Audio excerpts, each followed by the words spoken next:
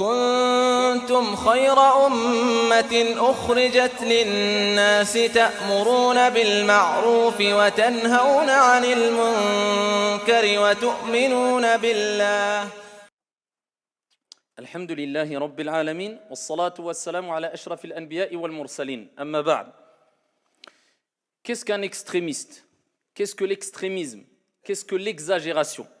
Alors d'un point de vue général, quand on parle d'extrémisme, on parle d'une personne qui manifeste ses opinions ou des opinions extrêmes. C'est une personne qui exagère. C'est une personne qui agit avec haine. C'est une personne qui impose. C'est une personne qui ne respecte pas l'autre. Et cela nous rappelle que tout extrémiste n'est pas musulman, Dieu merci, et tout musulman n'est pas extrémiste, Dieu merci. Donc, ici, contrairement à ce que certains veulent faire croire, le terme extrémisme, les extrémistes, ces termes-là ne sont pas liés à une religion particulière ou aux religieux ou à l'islam. De manière générale, c'est des personnes qui exagèrent, c'est des personnes qui agissent avec haine, c'est des personnes qui imposent, c'est des personnes ici qui dépassent des limites, qui dépassent l'entendement dans leur comportement, dans leurs paroles, dans leurs faits et gestes, dans leur manière d'agir avec autrui. Donc on voit que quand on parle d'extrémisme, ce n'est pas simplement un extrémisme religieux, car il y a des partis qui ne sont pas religieux et qui sont des partis extrémistes. Donc quand on parle d'extrémistes, il y a des extrémistes religieux et des extrémistes qui ne sont pas religieux. Et d'un point de vue religieux islamique, quand on parle de l'extrémisme, at-tatarruf, al-ghulou, l'exagération, comme l'ont rappelé al-ulama, ce sont celles et ceux qui exagèrent aussi. Ce sont celles et ceux qui dépassent ce qui leur a été demandé. Ce sont celles et ceux qui veulent en faire trop. Comme l'ont fait Al-Khawarij, le prophète alayhi salatu wassalam en a parlé il y a 14 siècles. Donc, l'importance n'est pas de voir est-ce que la personne adore Dieu ou pas, mais de quelle manière la personne adore Dieu. Est-ce que la personne exagère? Est-ce que la personne veut se surcharger ou pas? Comment la personne réagit? Quel est son comportement? Comment il s'exprime? Comment il voit la position de l'autre? Est-ce qu'il respecte ou ne respecte pas? À ce moment-là, on pourra se positionner et dire que telle ou telle personne est extrémiste ou ne l'est pas. Donc on ne va pas tout baser sur une apparence. Ce n'est pas parce qu'une personne porte la barbe qu'automatiquement c'est un extrémiste. Eh bien, si on le disait, surtout aujourd'hui où la barbe est devenue une mode, on ne s'en sort plus. Ce n'est pas parce qu'une sœur, une femme porte le voile par conviction personnelle religieuse qu'on va dire que c'est une extrémiste. Ce n'est pas parce que, et là j'élargis, parce que c'est le contexte dans lequel on vit aujourd'hui et c'est le sujet, pour vous dire que ça ne touche pas simplement le religieux et vous donner des exemples beaucoup plus larges. Ce n'est pas parce qu'une personne va porter un gilet jaune qu'on va dire que c'est une personne extrémiste. Mais on va pousser la réflexion plus loin. Par contre, si nous voyons une personne qui, au nom de la religion, par conviction religieuse, porte une barbe, mais ne respecte pas celui qui ne la porte pas, ne respecte pas la divergence, et se prétend être meilleur que les autres, voué au paradis, les autres voués en enfer, prend de haut les autres personnes quand il s'exprime, ne les respecte pas, veut imposer son avis, ça c'est de l'extrémisme. Si une femme porte le voile et critique, rabaisse, dénigre celle qui ne le porte pas, prétend être meilleure auprès de Dieu que celle qui ne le porte pas, ne respecte pas celle qui ne le porte pas, ça c'est de l'extrémisme. Élargissons, si une personne porte ce fameux gilet jaune aujourd'hui, mais ici il réagit avec extrémisme, il ne respecte pas les autres, il impose son avis, il saccage, il frappe, il agresse. Je ne dis pas que c'est le cas, mais si, eh bien à ce moment-là, on dirait que c'est un extrémiste. Mais ce n'est pas toute personne qui porte le gilet jaune, ce n'est pas toute personne qui porte le voile, ce n'est pas toute personne qui porte la barbe qui est extrémiste. Parce qu'aujourd'hui, on entend des définitions rocambolesques. On entend le mot extrémiste à toutes les sauces. Eh bien, ces gens-là qui jugent des personnes qui agissent, non pas avec extrémisme, mais avec respect et conviction religieuse, et les traitent d'extrémistes, eh bien eux-mêmes dans leur jugement sont des extrémistes parce qu'ils veulent imposer leur opinion extrême. Voilà pourquoi beaucoup de personnes qui créent les amalgames sont eux-mêmes des extrémistes en disant que telle personne parce qu'il a telle apparence physique ou porte tel vêtement, automatiquement c'est un extrémiste sans pousser la réflexion, sans chercher à comprendre comment il voit les choses, comment il perçoit les choses, quelle est sa relation avec autrui. Est-ce que c'est une personne respectueuse ou pas? Est-ce qu'il impose ou est-ce que... Eh bien, celui-là qui fait naître ces amalgames, c'est un extrémiste. Et n'oubliez pas que ces extrémistes-là qui font naître ces amalgames-là, en critiquant un peu tout le monde d'extrémistes, eh bien eux-mêmes alimentent l'extrémisme, parce que les extrémistes et les réels extrémistes ont besoin d'amalgames, eh bien pour perdurer dans le temps, pour se renforcer. Ils utilisent ces amalgames pour dire, quelquefois aux musulmans, quelquefois à d'autres qui ne sont pas dans un contexte religieux, eh bien pour leur dire, on vous avait dit, personne d'entre eux ne vous aime, rejoignez-nous, nous on vous aime. Et ça nous rappelle que c'est très dangereux, les amalgames sont extrêmement dangereux. Et c'est pour cela qu'on voit aujourd'hui des gens qui agissent avec extrémisme dans leur jugement aussi. Alors il n'y a pas plus tard qu'il y a quelques semaines, une personne on ne connaît ni d'Adam ni d'Ève, il a surgi de je ne sais d'où, il nous a sorti un rapport de je ne sais pas combien de pages, en résumant quelque part le fait que si tu parlais trop de halal, si tu manges trop de halal, en gros, et si tu as le malheur de porter le voile, et si, alors encore pire, si tu as le malheur de porter la barbe, et si tu es imam ou prédicateur et tu es un peu trop connu, eh bien tout ça c'est des signes qui montrent que tu es sûrement un extrémiste. C'est aussi bête que de dire que parce que tu es musulman, tu es potentiellement dangereux ou extrémiste. Eh bien ceux qui ont ce genre d'idées, eh bien jouent avec le feu. Et ceux-là sont les extrémistes. Et ceux-là, il faut les condamner aussi. Donc l'extrémisme existe. Et l'extrémisme n'est pas lié qu'à l'islam, qu'aux religieux, loin de là. Il y a des extrémistes que tu sois religieux ou pas, eh bien, tu vas trouver des gens autour de toi qui sont extrémistes et qui sont religieux ou qui ne sont pas religieux. On le sait très bien, c'est pour ça que, comme j'ai dit précédemment, il y a même des partis extrémistes qui existent et qui exercent et qui influent aujourd'hui et qui n'ont rien à voir avec le religieux. Par contre, ce qu'il faut savoir, c'est qu'il y a cette forme d'extrémisme qui peut toucher des musulmans et dont le prophète sallallahu alayhi wa sallam, il y a 14 siècles, déjà à son époque, eh bien, il a mis en garde contre les formes d'extrémisme. Et c'est pour ça que le prophète sallallahu alayhi wa sallam, à titre d'exemple, il l'a dit clairement, il y a 14 siècles, rapporté par Muslim, halaka al-mutanatti'un, halaka al-mutanatti'un, halaka al-mutanatti'un. Qalaha thalathan. Il a dit à 3 reprises, pas une fois, pas 2 fois, à 3 reprises, que périssent les extrémistes, que périssent les extrémistes, que périssent les extrémistes. L'imam al-Nawawi, rahimahullah ta'ala, et d'autres, eh bien, on dit que quand le prophète alayhi salatu wassalam parle d'extrémistes, de ceux qui exagèrent dans ce hadith-là, il parle de ceux qui veulent en faire trop, ceux qui dépassent les limites, ceux qui dépassent ou qui vont au-delà de ce que Dieu et le prophète alayhi salatu wassalam leur a demandé. Et même des compagnons, quelquefois, on voulait en faire trop à l'époque du prophète alayhi salatu wassalam. Ce n'est pas quelque chose de nouveau. Et le prophète alayhi salatu wassalam a toujours été là pour réguler les pratiques, de dire attention. Bien sûr qu'on a besoin d'un cadre, tout religieux a un cadre.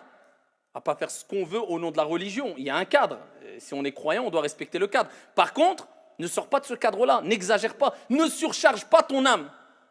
Comme le prophète alayhi salatu wassalam l'a recommandé à des gens à son époque. Et on a le hadith à titre d'exemple où le prophète sallallahu alayhi wa sallam, fi sahih, il dit Inna ad-dina yusr. Cette religion est facilitée. Inna ad-dina yusr. Wa lan yushad ad-dina ahadun illa ghalabah. Fasaddidu wa qaribu wa abshiru. Cette religion est facilitée. Et il n'y a pas une personne qui va agir avec dureté dans cette religion-là, sans que celle-ci, c'est-à-dire la religion, prenne le dessus. Tu ne pourras pas prendre le dessus sur la religion. Va pas au-delà de ce qui t'est demandé. Et sachez que le prophète sallallahu alayhi wa sallam, ça c'est pour ceux qui ont étudié la sira du prophète ou qui lisent les hadiths et lisent les explications des ulama concernant le comportement, l'éthique, la da'wa qu'avait le prophète alayhi salatu wa sallam, eh bien vous vous êtes rendu compte que le prophète alayhi salatu wa sallam donnait des recommandations différentes à des compagnons qui quelquefois posaient la même question.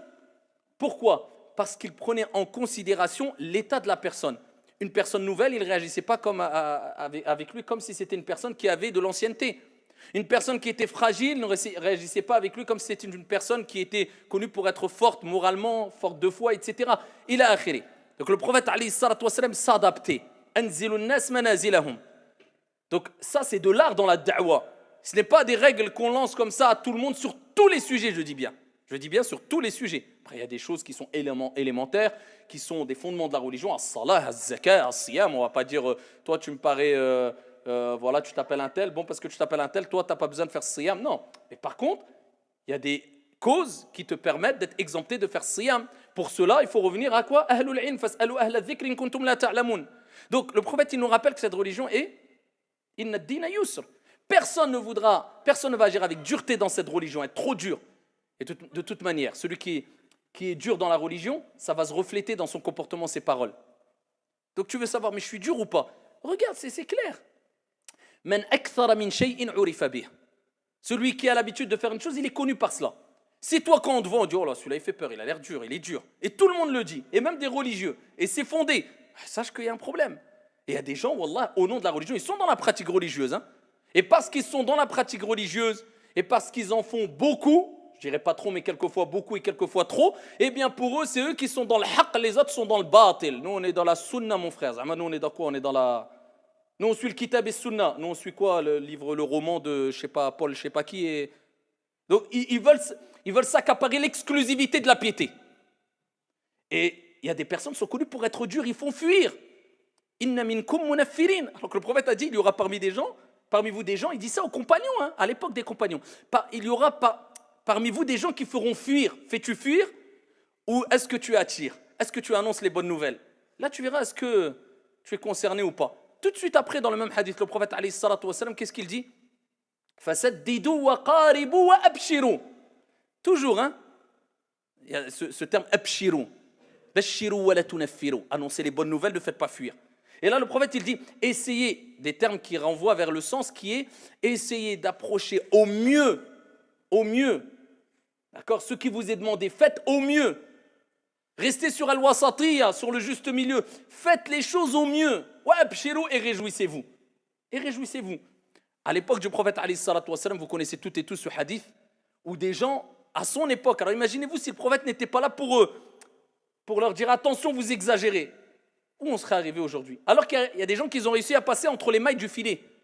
Et parmi eux, le Khawarij, qui à l'époque du prophète, le prophète a dit, ils vont prier plus que vous, ils vont réciter le Coran plus que vous, ils vont être plus dans l'adoration que vous, mais leur récitation ne dépassera pas leur gosier, c'est-à-dire elle n'atteindra pas le cœur, al-qalb, et la bonne compréhension. C'est-à-dire ils feront plus, voilà qu'ils vont sortir de la religion plus vite que sort la flèche de son archer. Donc, le prophète, il en a parlé, mais il y a des gens qui ont réussi à passer entre les mailles du filet. Mais le prophète a toujours été là pour réguler, pour dire attention, il y a des limites, n'exagère pas, n'en fais pas trop, ne dépasse pas les limites. Comme nous, on se doit de répéter ça aux gens, parce que certes, il y a des gens qui se plaignent en disant je fais quasiment plus rien dans la religion, et on n'est pas là à tomber dans le laxisme aussi, mais il y a des autres qui en font trop.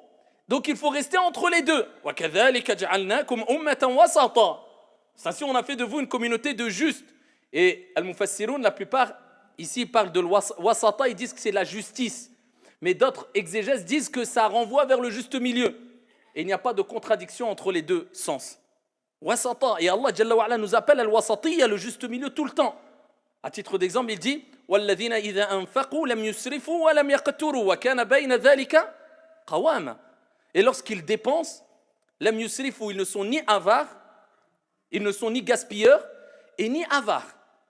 Il aurait pu dire dépensez tout. Non, quand ils dépensent, les serviteurs du miséricordieux, ils sont ni dépensés, ils sont ni gaspilleurs, mais ils ne sont ni aussi avares. Mais ils se tiennent sur un juste milieu. C'est ce qui est demandé en islam. Ni extrémisme, loin de l'extrémisme. On n'est pas aussi dans le laxisme à tel point où on va dire chacun fait ce qu'il veut, mais bon, moi, j'ai pas besoin de prier, j'ai pas besoin de faire ceci, j'ai rien besoin de faire. On ira tous au paradis, peu importe. Donc, nous, en tant que croyants, dans toutes les religions, ils ont une limite aussi. Et il y a un cadre, mais loin de l'extrémisme. Et aussi, loin du laxisme, on fait au mieux. Fattaqullah mastata'tum. Craignez Allah tabaraka wa ta'ala au mieux. Le prophète alayhi salatu wassalam a entendu 3 personnes qui sont venues, et vous connaissez toutes et tous le hadith sûrement, où ils sont venus interroger les épouses du prophète alayhi salatu wassalam sur la pratique du prophète. Et c'est comme s'ils avaient minimisé la pratique du prophète, mais ils ont dit, mais lui, c'est le prophète. Et ses péchés précédents, passés, ont été pardonnés. Nous, on n'est pas le prophète, donc on doit faire plus. Il y en a un qui a dit, moi, je dormirai pas la nuit, je prierai toute la nuit. Il y en a un autre qui a dit, moi, je ne me marierai pas. Khalas. Je vais me consacrer que à l'ibad. Un autre a dit, moi, je ne mangerai pas. Tous les jours, je jeûne. Le soir, je mange, mais tous les jours, je jeûne. Le prophète, alayhi salatu wassalam, quand il a entendu ça, il s'est mis en colère. Il aurait pu dire, c'est le prophète. Az-Zuhd, délaisse la vie d'ici-bas. Hein, si c'était vraiment ça la compréhension religieuse, il aurait pu dire bah, c'est bien, ils en font beaucoup, c'est pas grave, on va mourir dans tous les cas, laisse-le faire, on n'en fera jamais assez pour la religion. Il s'est mis en colère quand il a entendu, ils ont dit qui sont ces personnes? Le prophète alayhi salatu wassalam les a interpellés. Et il a dit qui sont ces gens qui ont dit ceci et cela? Il dit quant à moi, wallah, j'espère être la personne qui craint le plus Allah subhanahu wa ta'ala, notre Seigneur. Moi, je suis un prophète, un messager. Je crains le plus Allah Jalla wa ala. Et il dit wallah, je mange et je jeûne. Le prophète alayhi salatu wassalam, il mange et il jeûne. Il mangeait et il jeûnait. Il dit je prie la nuit, mais je dors aussi la nuit. Une partie de la nuit, je prie, mais une partie, je dors, je me repose. Et il dit je me suis marié. فَمَنْ رَغِبَ عَنْ سُنَّتِي فَلَيْسَ مِنِّي. Celui qui s'écarte de ma sunna, de ma voix, de ma méthodologie complète. C'est pas tu prends un texte, ah bah oui, ça et t'en fais. Non, réunis tous les textes. فَمَنْ رَغِبَ عَنْ سُنَّتِي فَلَيْسَ مِنِّي. Ne fait pas partie des nôtres. C'est pour ça qu'il faut faire très attention à ne pas comprendre la religion de n'importe quelle manière parce qu'elle peut t'écraser. Et combien de personnes se sont mis à fond dans la religion, ont voulu trop faire et à la fin, ils ont tout abandonné. À l'époque du prophète alayhi salatu wassalam, rapporté par Al-Bukhari, le prophète alayhi salatu wassalam a entendu une femme qui était avec Aïcha radiyallahu anha wa ardaha. Et le prophète alayhi salatu wassalam a interrogé à propos du comportement de cette femme. Aïcha a dit, elle prie toute la nuit, elle ne dort pas. Elle prie toute la nuit et elle ne dort pas. Le prophète alayhi salatu wassalam a dit, assez. Il a dit, assez, arrêtez. Il dit, ne surchargez pas votre âme. Il a dit, assez. Et il dit ensuite, alayhi salatu wassalam, Allah ne se lasse pas de vous rétribuer tant que vous ne lassez pas de l'adorer. Allah ne se lasse pas, dans le sens, al-ulama on dit, de vous récompenser. Il ne se lasse pas. Tant que vous ne lassez pas, c'est-à-dire dans l'adoration. C'est-à-dire que tant que tu adores Allah, Allah il te récompense. Mais quand tu vas arrêter d'adorer Allah, Allah cessera de te récompenser. Donc pour ce, et avant ça, il a dit arrête. Bah, on aurait pu dire voilà, je continue à adorer Allah, je prie toute la nuit. Non, il a dit arrête. Comme s'il lui disait alayhi salatu wassalam, le principal, et c'est ce qu'a dit Aïcha tout de suite après, le principal, c'est pas de faire beaucoup, c'est une question de sincérité, de qualité et de régularité. Voilà, c'est ça. Parce que c'est comme s'il lui montrait, tu vas te lasser. Et comme tu vas te lasser, tu vas te surcharger, tu vas arrêter. Et quand tu vas t'arrêter, ben voilà, Allah il ne se lasse pas tant que vous ne lassez pas. Tu vas te lasser. Eh bien voilà, Allah se lassera de te rétribuer. Cessera de te rétribuer. Donc pour éviter cela, comme a dit Aïcha tout de suite après, et l'action que le prophète et aussi Allah Jalla wa ala aime le plus, adwamuha wa inqal. Les actions qui sont régulières, si minimes soient-ils. Alors, il y a des personnes, pour terminer ici, il y a des personnes qui vont dire, oui, mais on dit ad-din ou yusr. Allah Jalla wa ala a dit dans le Coran à plusieurs reprises que cette religion, yuridu Allahu bikumul yusr, wa la yuridu bikumul usr. Allah veut pour vous la facilité, yuridu Allahu an yukhaffifa ankum, il veut pour vous la légèreté, etc. Donc, on doit courir toujours après la facilité. Quelle facilité on parle ici? Il faut bien faire la part des choses. Et là, beaucoup de gens se trompent. Alors, on a un premier groupe qui ne cherche que la difficulté. Khalas, lui, dès que c'est difficile, c'est bon. Quand c'est trop facile, il abandonne. Celui-là, il va se faire écraser. La religion va prendre le dessus. Il y a un autre groupe de personnes, alors il ne cherche que ce qu'il veut. Que ce qui est facile, ce qui l'arrange. Dans ces cas-là, tu ne suis plus la religion, tu suis ce que toi tu veux. Donc tu suis tes passions parce qu'à la base, l'être humain incline vers les passions, la facilité, donc tu suis les passions. Et Allah Jalla wa ala dit dans le Coran, وَلَا تُطِعْ مَنْ أَغْفَلْنَا قَلْبَهُ عَنْ ذِكْرِنَا وَاتَّبَعَ هَوَاهُ. Et ne suis pas celui dont nous avons rendu son cœur inattentif et qui suit ses passions. Donc c'est pour cela qu'on a besoin d'éclairage, on a besoin de lumière, on a besoin de clairvoyance, on a besoin de al-ulama, les savants. Et toi, tu te réfères aux savants, ensuite ceux qui te disent, et les savants doivent agir en conséquence d'après ta situation, d'après ta pénibilité, d'après le contexte, etc. Eh bien, toi, tu appliques. Mais si tu cherches que ce qui t'arrange, tu ne suis plus la religion, tu ne suis plus ça. Tu suis ce que tu veux toi. Donc, c'est comme si tu étais un rayon et tu choisis ce que tu veux. Donc, il y a aussi une bonne compréhension à avoir parce que la religion, ce n'est pas que facilité. Pourquoi? Parce qu'il y a deux cas. Il y a le premier cas, c'est les adorations qui sont accompagnées naturellement de difficultés. C'est comme ça, c'est naturel. Comme Salat al-Subh. comme as-siyam, comme al-hajj. Quelqu'un qui va dire non, c'est que la facilité. Est-ce que se lever à salat al-subh, c'est facile, il n'y a pas de mashaqqa, il n'y a pas de pénibilité, il n'y a pas de difficulté? Si. Mais c'est quoi? Ça, c'était difficulté. Donc Dieu nous a ordonné de faire la prière. Mais là, on parle d'ordre, je ne parle pas de choses surérogatoires. Surérogatoires, ça, c'est autre chose. Je parle des ordres divins. Donc la prière, si tu remplis toutes les conditions, et elle est obligatoire pour toi, eh bien à ce moment-là, sache que il y aura une difficulté, mais naturelle, accompagnée avec la ibada. Tu ne peux pas détacher cette difficulté en disant, bon, comme Dieu veut la facilité, salat al-subh, il y a une difficulté, donc je ne prie pas salat al-subh. Sinon, on ouvre une porte, on n'en finit plus. As-siyam. Donc moi, c'est un peu difficile, donc je ne vais pas jeûner et je ferai un autre jour. Ou là. Non, il faut que ça soit régulé par ce qu'on dit l'ulama. Si tu es vraiment malade, ne jeûne pas. Si tu es vraiment malade, ne prie pas debout, prie assis, il n'y a pas de problème. Mais tu ne peux pas interpréter comme tu veux la facilité, surtout concernant les actes d'adoration qui sont accompagnés naturellement d'une difficulté. Maintenant, il y a le deuxième cas, c'est de chercher des difficultés où il n'y en a pas. Il y a des gens, ils cherchent des difficultés où il n'y en a pas. Et ça, c'est une erreur. Le prophète, alayhi salatu wassalam, comme il est relaté dans Sahih, quand il avait à choisir entre deux choses, il cherchait la chose la plus facile, tant qu'il n'y avait pas une désobéissance ou un péché dans ce qu'il avait choisi de plus facile. Donc, ici, il y a des gens, par exemple, sur des... je prends un exemple banal, hein, il sait qu'il pleut énormément dehors, il a une voiture, il dit non, moi je vais aller à la mosquée à pied, comme ça je vais je vais souffrir plus. Donc quand on souffre plus pour Dieu, eh bien on a plus de récompenses. T'as majnoun ou là? Prends ta voiture, tu vas arriver plus vite et fais des rak'at surérogatoires, tu vas gagner plus de ajr que d'être trempé sous la pluie. Il y a des gens, ils cherchent les difficultés où il n'y en a pas. Il y a des moments où on a des facilités, non, je ne les prends pas. Et il se charge d'une pénibilité alors qu'il n'avait pas à se charger de cette pénibilité. D'accord? Donc il faut différencier entre ces deux cas afin de rester toujours sur al-wasatiyya, le juste milieu, et ne pas imposer à des gens un seul avis aussi. Parce qu'il y a des gens qui disent, bon, moi on m'a donné cet avis, moi je suis convaincu par cet avis, un autre a suivi un autre avis, automatiquement c'est moi qui ai raison, toi tu es égaré. Et il le force à suivre son avis qui est plus difficile parce qu'il suit par exemple une école juridique ou autre. Ça c'est du n'importe quoi aussi. Laissez les gens tranquilles. Un savant, quelqu'un a suivi une école juridique pour avoir une cohérence, il suit son école juridique, ça ne veut pas dire qu'il est meilleur que toi tu es meilleur que lui. Il est couvert par la responsabilité de al-ulama, les plus grands des savants qui ont marqué l'histoire. Si un savant dit, toi tu es dans une situation délicate, et il lui donne une fatwa qui fait que, il lui dit, délaisse cette chose qui est obligatoire pour l'instant parce que tu es dans une situation qui va t'amener une plus grande. Moi, il me fait toi. Si c'est un savant reconnu, je dis bien un savant reconnu, qui ne suit pas ses passions, qui ne suit un savant reconnu, eh bien, khlas, il est couvert. N'impose pas ton avis. Ce n'est pas toi qui détiens la vérité absolue.